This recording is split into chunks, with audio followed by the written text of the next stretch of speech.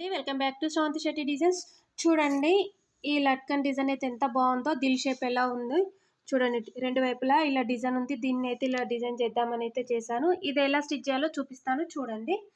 మనము రెండు క్లాత్లను అయితే తీసేసుకోవాలండి. ఇట్లా సమోసా షేప్లో తీసుకున్న తర్వాత ఇటు 3.5 ఇటు 3.5 తీసుకుంటాం కదా. తీసుకున్న తర్వాత దీన్ని మిడిల్కి ఫోల్డింగ్ చేయాలి. ఈ జాయింటింగ్ ఇటువైపు ఉండాలి. మిడిల్లో ఫోల్డింగ్ ఉండేటట్టు చూసుకొని దీనికి ఇట్లా కర్వ్ షేప్లో రౌండ్ మార్కింగ్ అయితే చేసేసుకోవాలండి. ఇలా చేసుకుంటే మనకు దిల్ షేప్ వస్తుంది.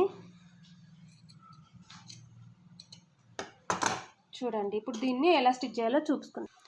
ఒకటి రైట్ సైడ్, ఒకటి రాంగ్ సైడ్ అయితే ఇలా క్లాత్ పెట్టేసుకోవాలండి. పెట్టుకొని ఇక్కడ నుండి ఇలా 1/2 ఇంచ్ వదిలేసుకొని స్టిచ్ అయితే పెట్టుకోండి. ముందుగా ప్రిపేర్ చేసుకున్న డోరీని దీంట్లో పెట్టేసి స్టిచ్ చేసుకోవాలండి. చూడండి, దీన్ని ఇలా బయటకి లాగేసి ఉల్టా తిప్పేసుకో. ఫైనల్గా టాప్ స్టిచ్ వేసుకోవాలి. 2 హ్యాంగింగ్స్ అయితే దిల్ షేప్ మనకు రెడీ అయిపోయాయి.